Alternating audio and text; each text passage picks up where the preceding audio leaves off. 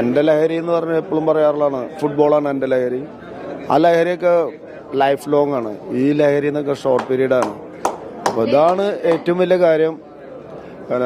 ഏത് ഇവൻ്റ് തന്നെ സ്പോർട്സിൽ ഫുട്ബോൾ തന്നെ വേണമെന്നില്ല. ചിലർക്ക് പഠിക്കാനാവും, ചിലർക്ക് പടം വരയ്ക്കാനാവും, ചിലപ്പോൾ ചിത്രരചന പോലെ പാട്ട് പാടാനാവും. ആ ലഹരിയൊക്കെ എപ്പോഴും നിൽക്കുന്നതാണ്. ഈ ലഹരി എന്നൊക്കെ ഷോർട്ട് പീരീഡ് ലൈഫ് കോഞ്ഞാട്ടാവുന്ന ലഹരിയാണ് അതൊക്കെ.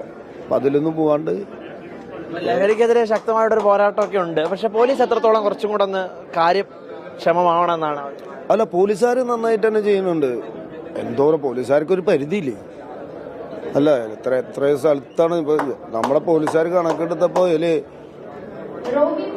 100% 15-18 വയസ്സ് ഇടയിലുള്ള പിള്ളേരാണ് ചെയ്യണമെന്ന് പറഞ്ഞു. അല്ലേ, എവിടെയൊക്കെ പോയി നോക്കുക പറഞ്ഞു. അപ്പം അത്രയും നമ്മുടെ കേരളം എന്ന് പറഞ്ഞാൽ എന്താ പറയുക, ലഹരി